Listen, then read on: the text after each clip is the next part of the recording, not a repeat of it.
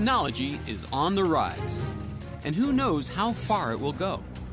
If my goggles don't deceive me, that's you sitting across from me. I'm David Pogue, and on this episode of Nova Science Now, Oh, wow. I'm peering into the future to find out He walks! if robots can learn how to walk. Will they become our constant companions? My dream is to have robots living with us in our home. Could wearable robots give us superhuman strength I can actually put my weight on the structure while you're wearing it, Oh, and you don't feel it. and transform our lives? The boundary between a person and robots is already starting to change. And My God! I can control this thing with my mind! is it possible for a machine to read your mind I am a superpower! and reveal your innermost secrets? The computer is correct! What if all of our thoughts were public? Lying would go away. It's sort of like a mental nudist colony. Where is all this leading us? Domino bots! I'm exploring the good, So now you can walk? That's mind-blowing. the bad, Not every advance is progress. Not every new thing is better for us humanly. and the not-so-pretty side of technology. All to find out, Whoa, that's scary. what will the future be like? And he gave me a dirty look. Up next on Nova Science Now.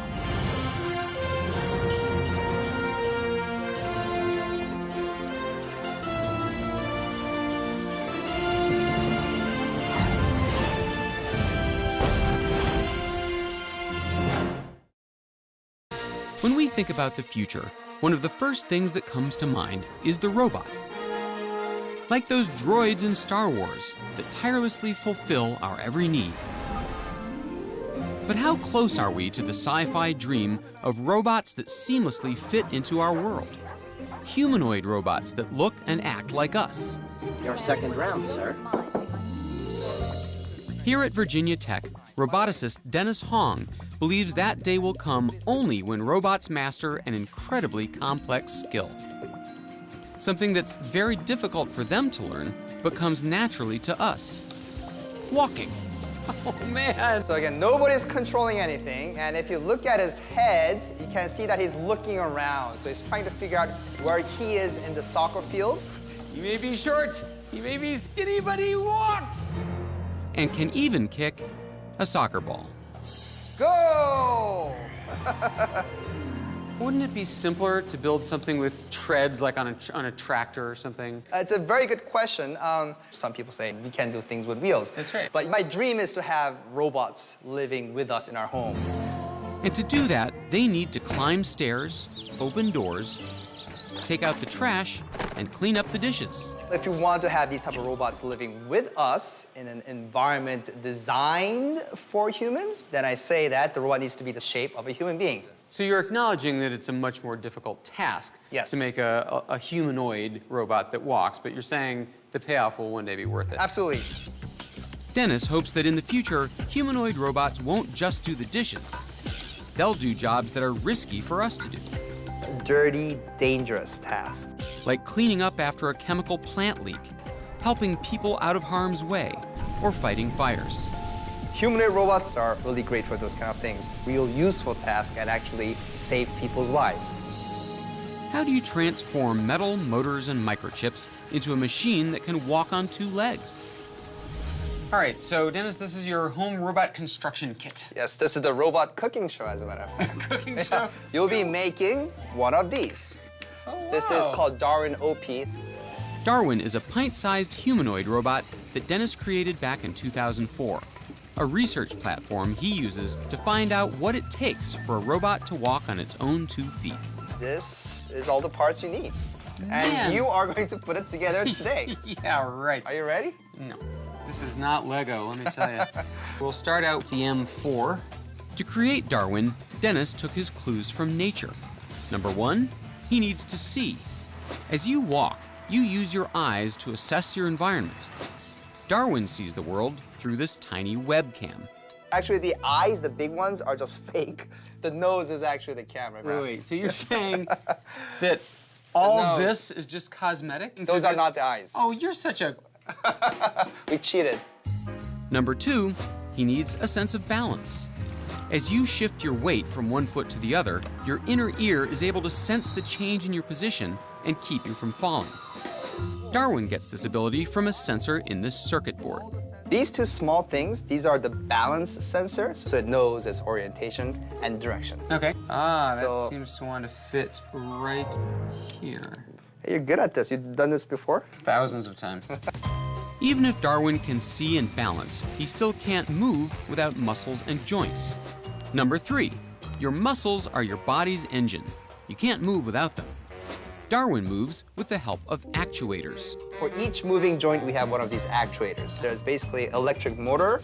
A motor that converts electrical energy into motion. And that gives Darwin the ability to move.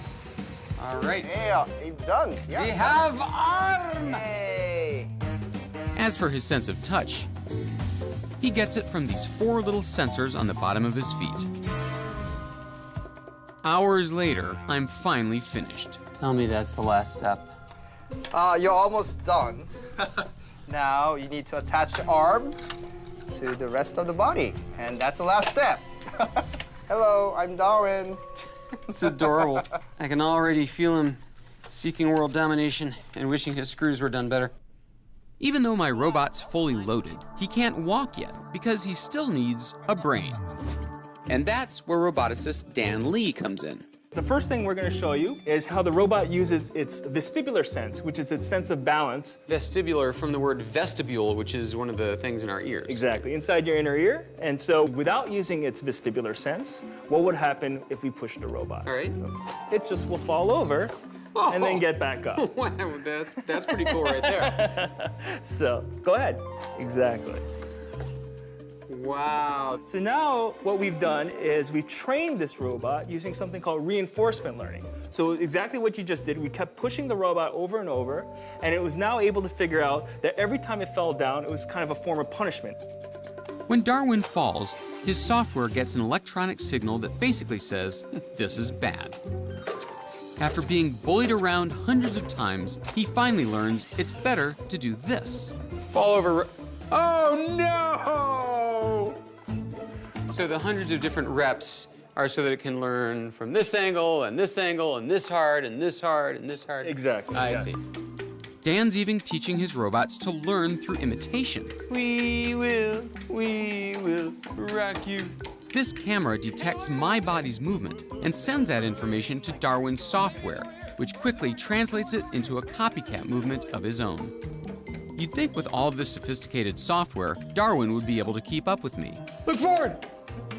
Oh, so sorry. But he can't. Just trying to make a robot walk stably is ridiculously difficult. I won't say impossible, because I don't like that word, but it's a very, very difficult challenge. All right, so David, Yet we're masters at it. come on in. Wow. What are you So- doing here? And engineer Thurman Lockhart is trying to figure out why. He's built this strange-looking device to analyze not just how we walk, but how we avoid falling. And I'm about to try it out. But first, I need to suit up. Thurman's outfit is filled with sensors that measure how far, how fast, and in which direction I move. Can't decide if I feel more like a superhero or a Broadway dancer. Both. And we're gonna have to wear a headband as well. This is just an elaborate prank to humiliate me on television, isn't it? The little white balls are part of an optical motion capture system that instantly creates a stick figure of me. Well, you can't tell from the way I use my walk. I'm a woman's man. No time to talk.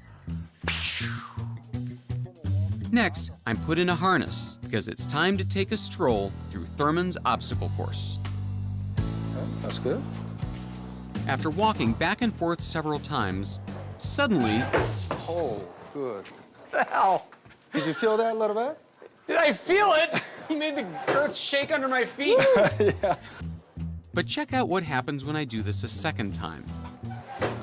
I handle the jolt much better. Good.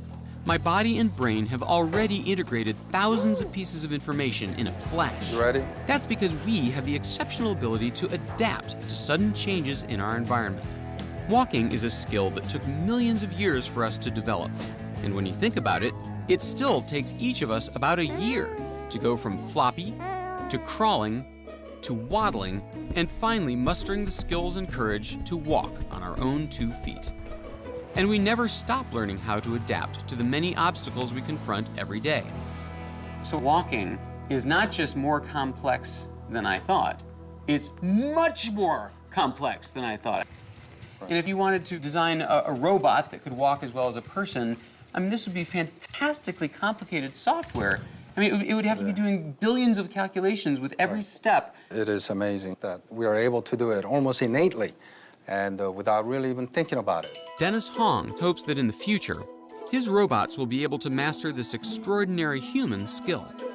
And they're learning how to do it one kick at a time. Every year, hundreds of teams from around the world compete at Robo Cup Soccer, a competition designed to foster research in robotics and artificial intelligence. To make a autonomous soccer-playing robot, you really need to solve all the grand challenges, the really difficult problems in robotics. Robot vision, autonomous behavior, bipedal walking and running in the future. All of these needs to be solved to truly build a soccer-playing robot. But what comes naturally to us comes a lot harder for Dennis's robots. Domino bots. Think you're pretty good at soccer?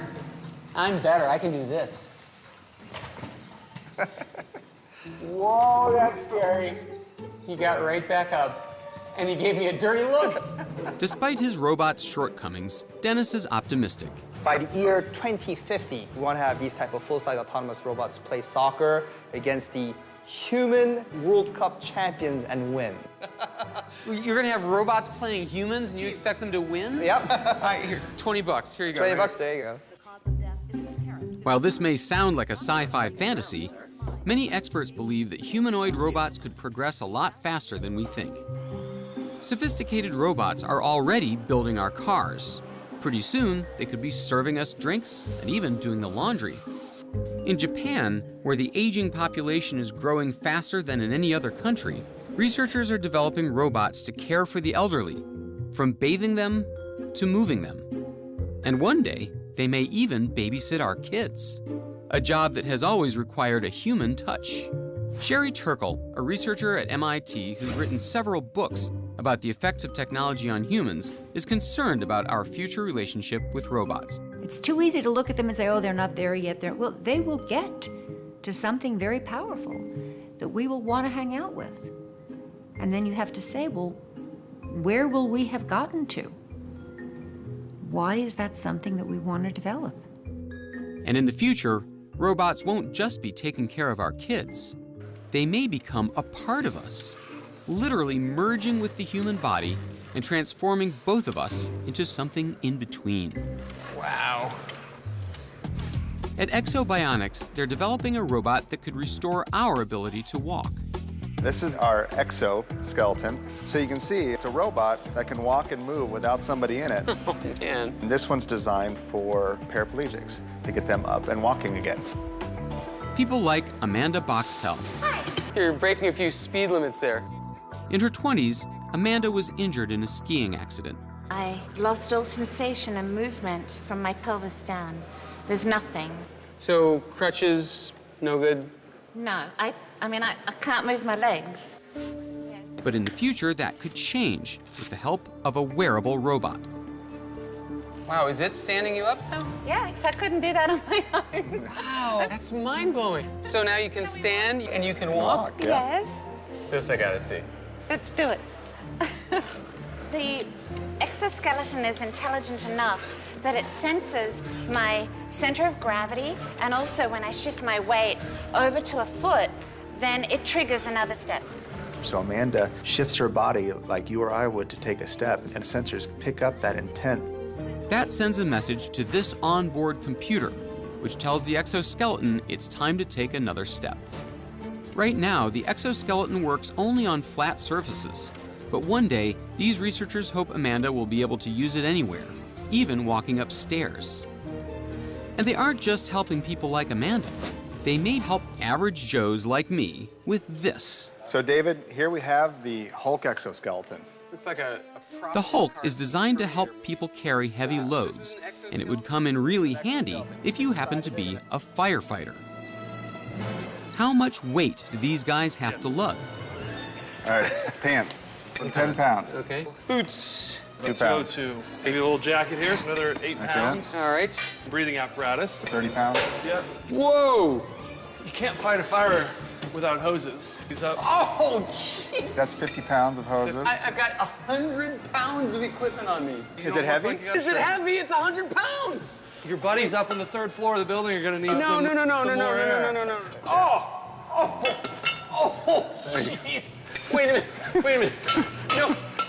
No firefighter would go in like this. Come on.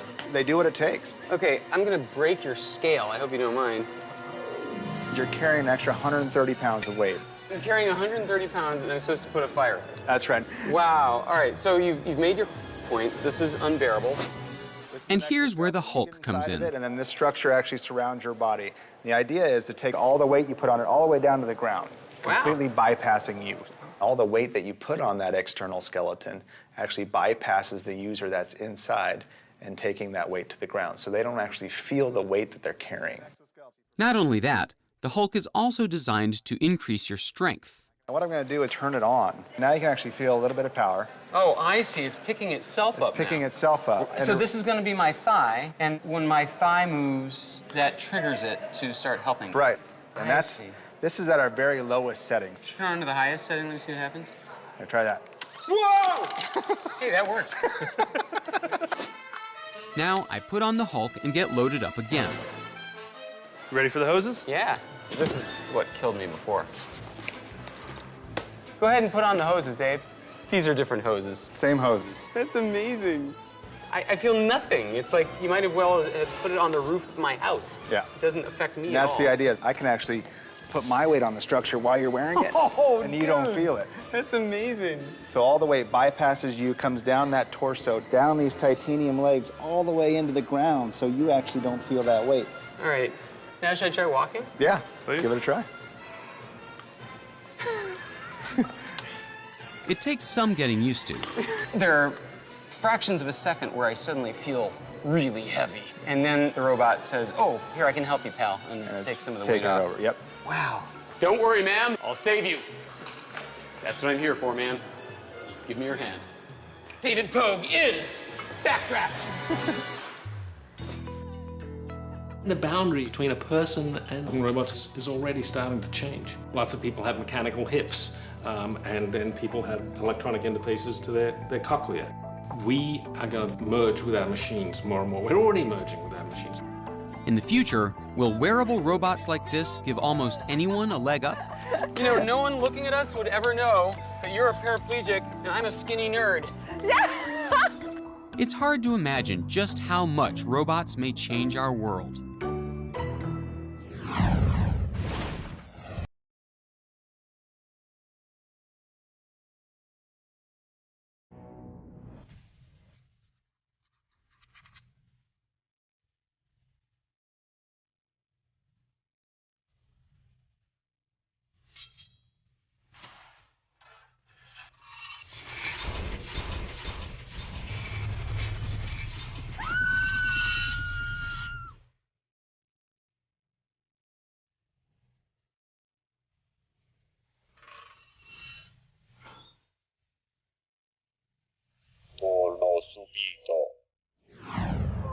Mind reading! It's a timeless fantasy that's shown up in science fiction and movies for decades. But now, scientists may finally be figuring out how a machine could read your mind. And for the very first time, mind-reading headsets are becoming real. You really want to just slowly imagine the cube fading out into that black. Look what I can do to the orange cube without touching any dials or keyboards, but just thinking, disappear. My God! I can control this thing with my mind! Tan Lee is an entrepreneur with a headset that must be reading my mind. We have to actually train the system. Because she's turned it into the ultimate remote control. Just by thinking commands, I can make the orange cube on a computer lift, I can start this car, and launch this helicopter. The future is going to be awesome. I am a superpower! So how does this contraption work? Is it mind reading? I wouldn't say necessarily mind reading. The headset doesn't actually hear my thoughts, but its 14 electrodes do pick up patterns of electrical activity coming from my brain waves. brain cells communicate with each other by firing off tiny chemical and electrical signals. And whenever I think something like disappear, a particular pattern of brainwaves is generated. The headset picks that up. So as the neurons inside your brain fire up, the signal gets weaker and weaker as it travels through and then gets projected onto the surface of the scalp. Oh, so wow. It's Okay. very, very faint. So they're not thoughts, it's not mind reading, it's like the echo of neural activity deep in my brain. That's right. Even though it's just an echo, the signal is good enough for the computer to recognize a simple brain pattern once it learns it, like lift. And voila, it's reading my mind. Can you imagine? I mean, in some future world where everything is hooked up to this, I could just make anything happen just by wishing it.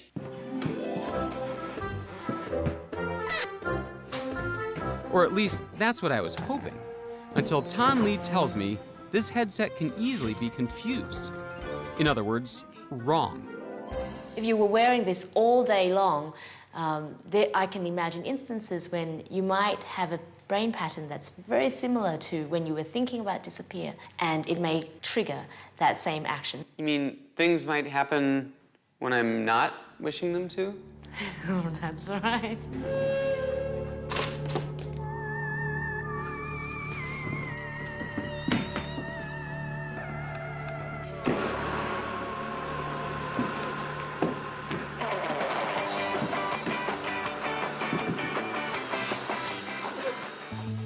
Any mind reader that relies on electrodes on the surface of the scalp is bound to be imperfect, because what it hears is a mere echo of my brain cells firing.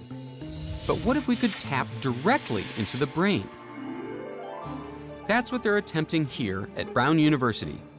Kathy Hutchinson is paralyzed from a stroke, but she's controlling a robotic arm with much more precision than any headset would allow, thanks to sensors that have been implanted directly onto the surface of her brain. Kathy made headlines when she played a crucial role in a groundbreaking mind-reading experiment. She simply thought about reaching out to pick up a cup of coffee. The sensors in her brain picked up electrical impulses, and a computer turned them into commands, controlling the robotic arm. It's an astonishing breakthrough for brain science that offers hope for the paralyzed. I went to see John Donahue, one of the heads of the BrainGate team at Brown, to find out how they turned mind into motion. This is a model, right? No, this is a real human brain with its spinal cord attached. Come on. This is an adult brain. This is, it's the right size to fit inside your head. John's been working toward a machine that can tap into our brains for more than 20 years. The problem is really quite immense. We had to know where in the brain the signals are, but we've known that. If you follow back a little distance behind the middle of the brain and you run into this little bump, this is the marker for the arm, this little twist, and that little twist is the place, the gross anatomical landmark for where your arm is actually controlled. So every time you move your arm, first, this one little spot on the brain says go and sends signals to a particular set of muscles, and then the arm moves. The next problem is how do you get that signal? And we need to have a sensor. We need to have something that can pick those signals up. So we've developed this microelectrode array, which is extremely tiny. The size of a baby aspirin, the microelectrode with 100 tiny probes was implanted on the spot in Kathy's brain that controls the arm. Still, turning the signals into clear instructions for the robot wasn't easy. So this seems to be the arm. This is the one that I saw in the video of Kathy Hutchinson controlling it with her brain. Yeah, that's right. This is one of the two arms that she was using. Wow. And so how does it work exactly? How do you... Well, why don't you give it a try? Okay. To demonstrate how incredibly complex the brain's control of movement really is, neuroscientist Lee Hochberg asked me to try to move this robot arm with a joystick.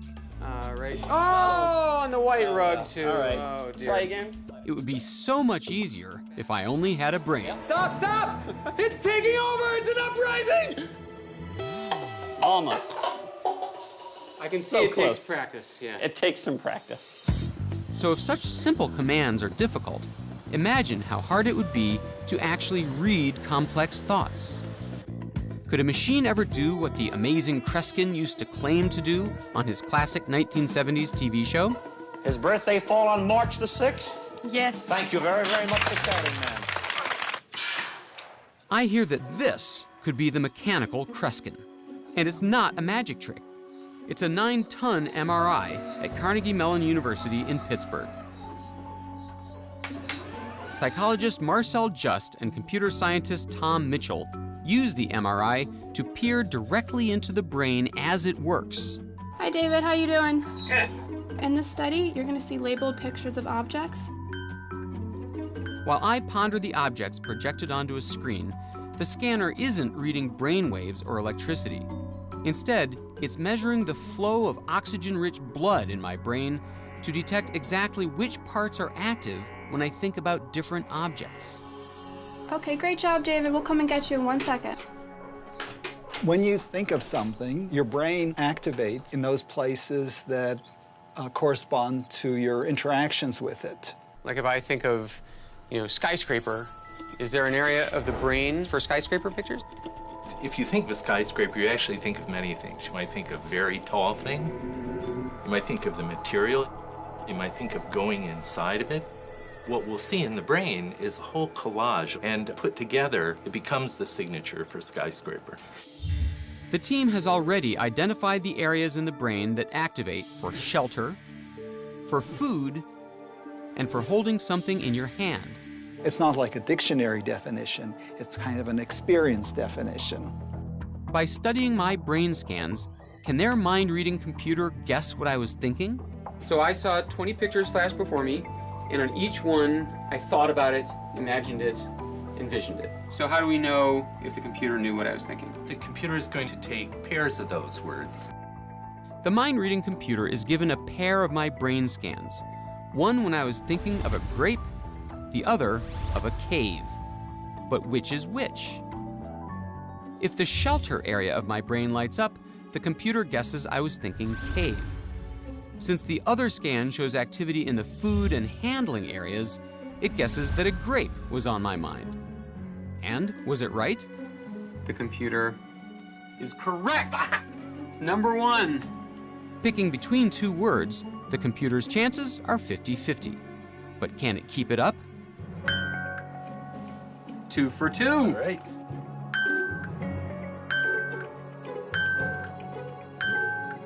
Oh, it got 9 correct. And the 10th was correct also! Nicely done, 10 out of 10! That is unbelievable! For all 10 pairs, the computer gets it right. And that's pretty impressive. It's a far cry from walking down the street with a device that could read the everyday thoughts of passersby, but it's enough to have some experts on the future concerned. Whenever you're starting to talk about the integrity of the body, the integrity of the mind, and being able to somehow violate that in any way, it becomes scary. I'm sure there are many people right now going, oh my God, take away their funding. I don't want to have my mind read. I want my innermost thoughts to remain innermost. What if all of our thoughts were public? Lying, for example, would go away. It's sort of like a mental nudist colony. Well, here's one way to think of it. Like any big technology, there are all kinds of ways you can use it. And here you could use it for some pretty amazing things. There are also things that none of us would want to do. It's a good time now to begin thinking of those and thinking about what kind of guidelines we want to put in place.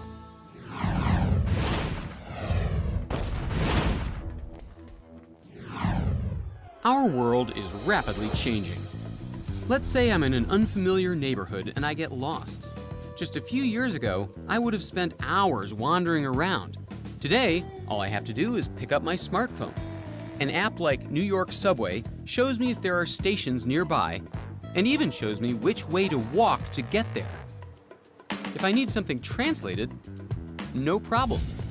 WordLens replaces the text in my view with my own language. And in the future, will it be possible for us to do this? Get information about anyone in an instant?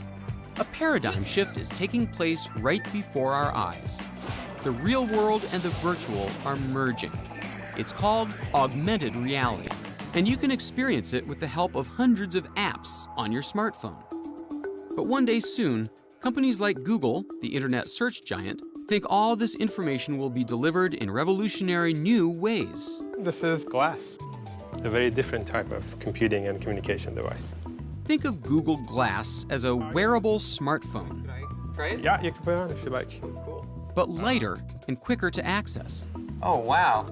Right now, Glass is a work in progress. I can just flick my eyes into this corner, and I see a very crisp screen. The little square you see glowing here is actually a tiny computer screen. Google hopes that in the not-too-distant future, it will bring us our email, show us our text messages, and provide access to the internet. And the tiny camera here will be a new way to share your experiences with friends. So this is wild. So I'm seeing a beautiful path through a woods. As I turn my head, I'm actually looking around the scene. Oh, and I can even look down and up. Wow, those are beautiful. But Google Glass is just the tip of the iceberg. Researchers like Henry Fuchs at the University of North Carolina are developing technologies that blend the virtual and physical worlds, augmenting our reality with the stuff of sci-fi movies. So, this is one of the labs, David, that we have set up to work on augmented reality and telepresence. So, as I understand it, this is like in Star Wars when Princess Leia gets beamed out of R2-D2's head. Remember that famous scene where Princess Leia records a hologram of herself and sends it to Obi-Wan Kenobi? Help me, Obi-Wan Kenobi. You're my only hope. That was all special effects. What we hope to develop here is the real thing. And that's as hard as it looks. First, I put on these stylish shades. Is that too tight? Nope. Once we're set up, we're ready to roll. We pretend Henry is on vacation in his beach house in Hawaii, while I'm stuck in my office here in New York. And suddenly...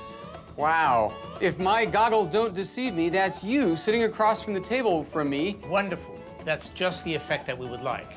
Wow, so that's crazy. You look the right height, size, shape, and angle as though you're actually sitting right in front of me. I have to admit, it's the closest I've ever come to having a conversation with a hologram, although the image is far from perfect. So this is the Model T we're wearing right now. We're not even Model T. Not even Model T. Oh, no. This is like, 20 years before the Model T. But the technology needed to create this illusion is anything but 20th century. In order for Henry and me to see each other, he's rigged our rooms with a bunch of 3D cameras. They are, in fact, Xbox Kinects. With the help of some sophisticated software, they transport his virtual image into my stunning handcrafted headset. And these little silver balls that make us look like aliens are part of a complex tracking system that pinpoints where we are in space. There's one serious problem with the video, though. Yes. It looks like you're wearing a hideous, obnoxious Hawaiian shirt of some kind. In the future, telepresence systems like this one could come in handy. And wearable smartphones, like Google Glass, may give us a new way to access the virtual world. The question is, will technologies like these that aim to immerse us even more into a digital world improve the quality of our lives?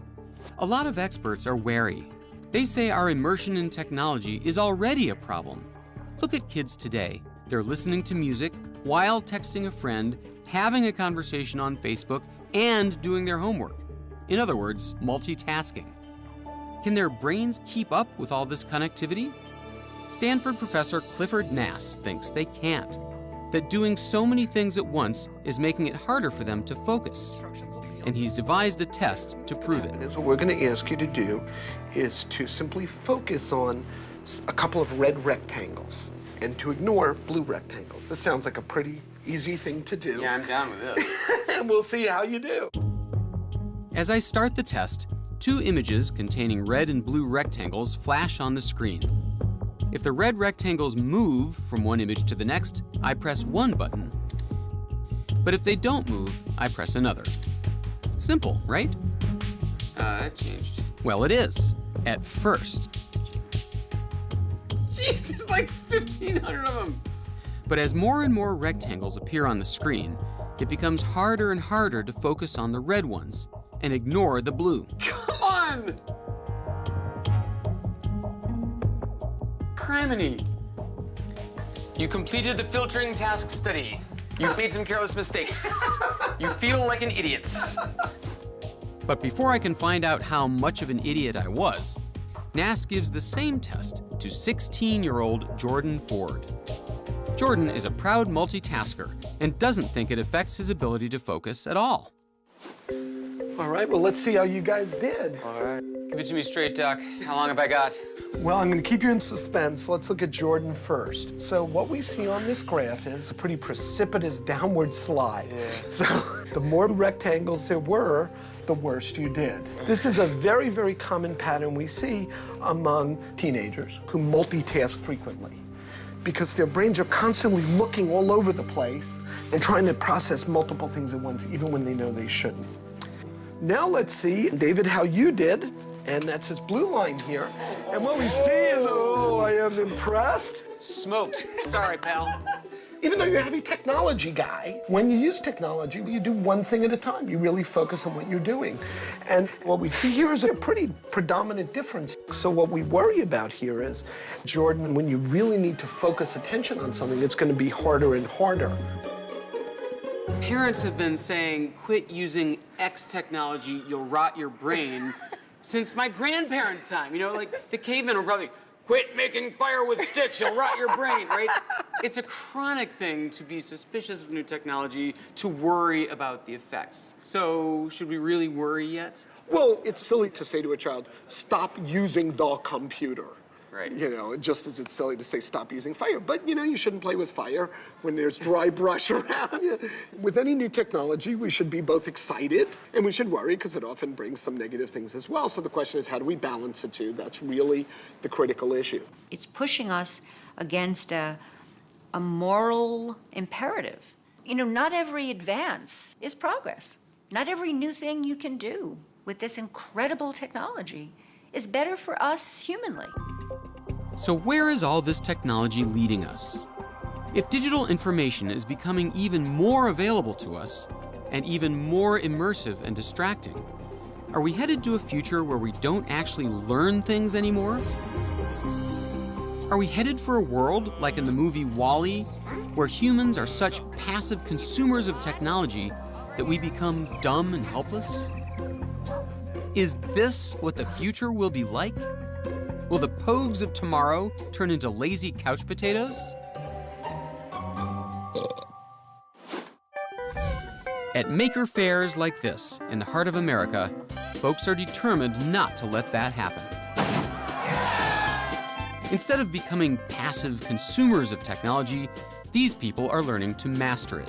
Usually, it's not about building something with commercial value, but using it to express themselves in the most creative ways possible.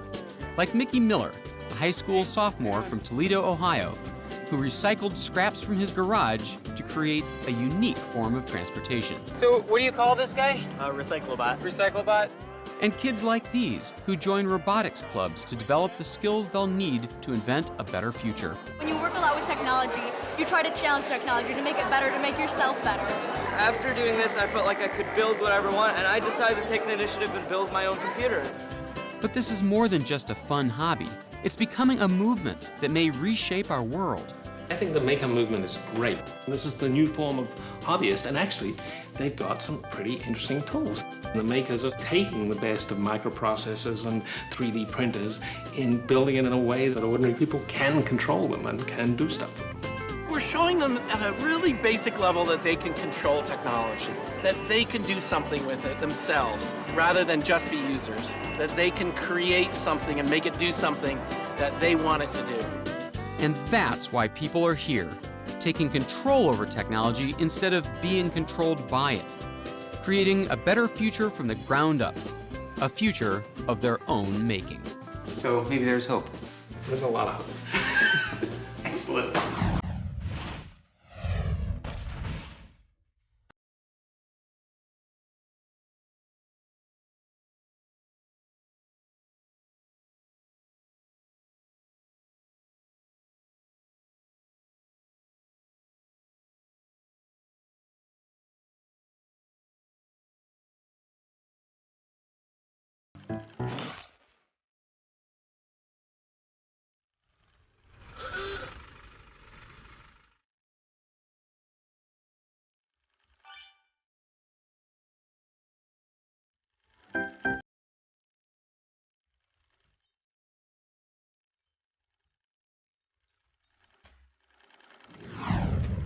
If you're worried about the role of technology in our lives in the future, You might be concerned about video games.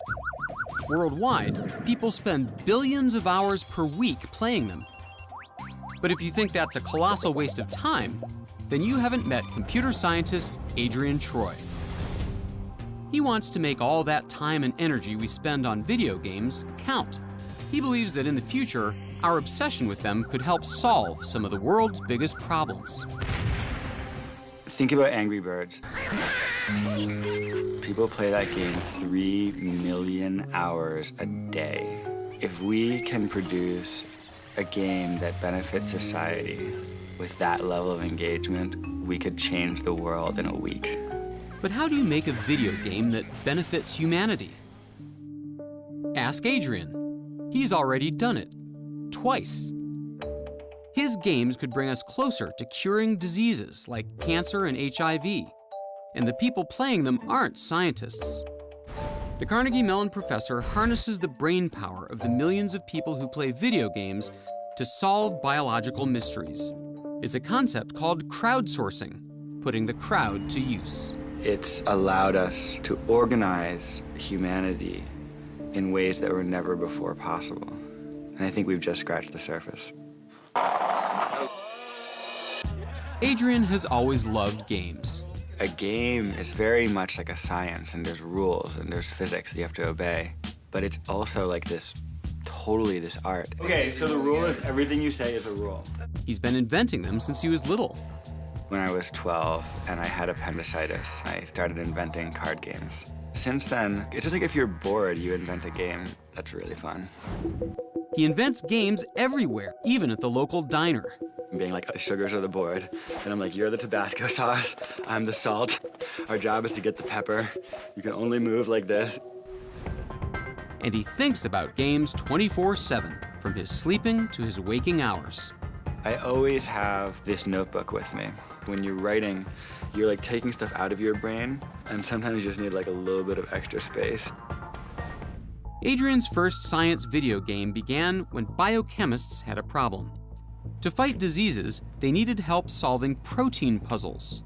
Computers are terrible at visual puzzles, but humans are great at them. So where could Adrian find a massive workforce? What if he could get the millions of people playing video games to play a different kind of game? And that was the beginning of Fold It. It's a 3D puzzle. Instead of birds and bombs, this game would be about protein folding. Proteins are molecules made up of long chains of amino acids. They're the workhorses of our cells, the machinery that keeps our body running. And they fold in thousands of different ways. It's like all the pieces of the protein locked together in this sort of puzzle, like Tetris. How they fold will change what they do in your body. Depending on how they fold, they can either form the fibers in your hair or the motors that run your muscles. A misfolded protein can help HIV replicate and cause diseases like cancer. But a well-folded one can help cure diseases. In the lab, scientists can make the long chains of amino acids, but when it comes to folding them up properly, they have trouble. And that's where people playing Fold It come in. Fundamentally, Fold It is a game where we use people to help us understand how to build these molecules to build next generation cures. Adrian labored over how to get people to play, let alone understand, a game about protein folding. So how'd he do it? He made proteins a toy. So a game has rules, but a toy is just something you want to play with. Even if you didn't know the rules, you still want to just wiggle it around and see how it works. Just like a Rubik's Cube, you can twist and turn it. We see if they can intuit and fold a protein into that most stable shape just by looking at it and by thinking about it and by playing with it. Adrian hoped the crowd could solve protein puzzles, but would the crowd show up? On May 8, 2008, they released Fold It to the world and waited. The servers crashed within like 24 hours. The public played it, and they cared about it, and they understood it, and it was one of the greatest feelings of my life. Fold It made history. And it isn't Angry Birds. With over 300,000 players, this game advances science. It actually adds value to the world. Adrian has completely broken this mold. There are no elves in Fold-It. There's no magic, there are no unicorns, and yet, people love it. In 2011, Fold-It players solved one of these puzzles in just 3 weeks. The riddle of a bad protein that helps HIV reproduce. Identifying that structure brings us closer to designing better treatments. So what kind of person plays a game about protein folding? Meet one of the top-ranked Fold-It players in the world. He isn't a scientist, he's a 9th grader.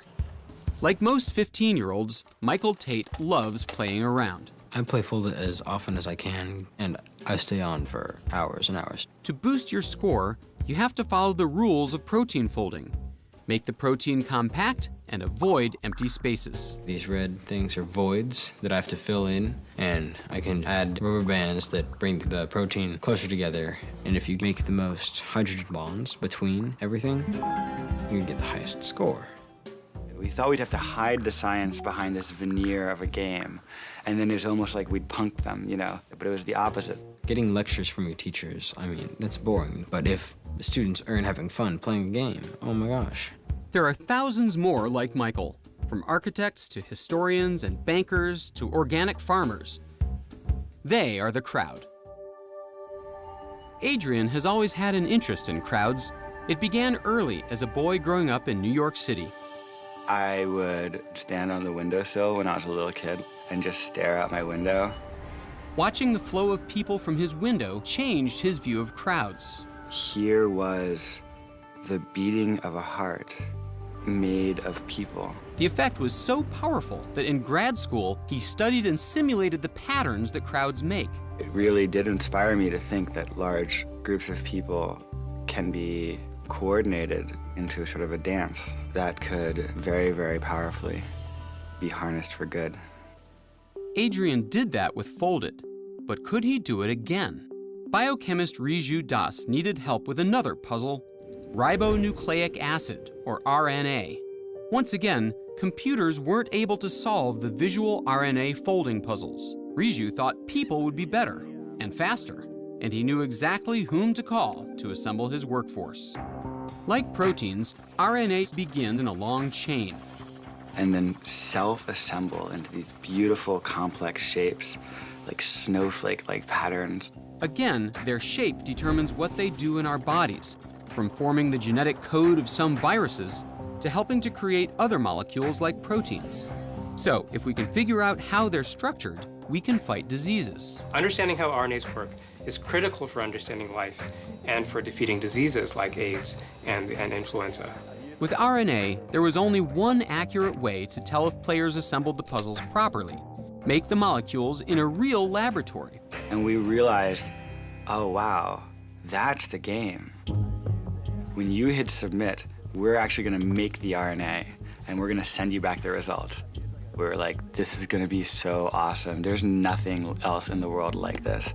Under Adrian's guidance, his graduate student, Ji Lee, transformed their vision into Eterna, a game that would be played by humans, scored by nature. People would be scored by how well their molecules folded in real life. In 2011, they launched Eterna. It just came alive. It's as if someone had just flipped the switch and turned on New York City. And we were just like, I think we maybe did it. In the lab, they synthesized the molecules the players designed. They looked like stable shapes in the game, but would they fold like that in real life? And the results come back, and it's basically nothing. What happens when you create a game and you tell everyone, we're all gonna do science together, and then nothing comes out? None of the RNAs folded into stable shapes in the lab. Adrian worried Eterna was a bust. But what he didn't count on was the community. Eterna let the players see data on how their molecules had actually folded in the lab. The chat forums lit up. They'd all start talking about data. They'd analyze it to pieces. Hundreds of players were discussing their mistakes and revising their strategies. It was like the very beginnings of science. It was almost like when alchemy was slowly turning into chemistry. 6 months in, they plotted the players' progress, and Adrian saw a change. And it was just like, zing. The players have learned how to fold RNA. It was just like sent chills down our spine. The players' RNA molecules were folding correctly. And then I thought, wow, that's real science. And that's when I knew that it was going to work. The worst player design was better than the best computer design. Humans were better and faster. When you hire someone, you don't know whether they're going to be good or bad at the job. Well, we sort of hired the world, and the world turned out to be awesome. Adrian has only 3 grad students.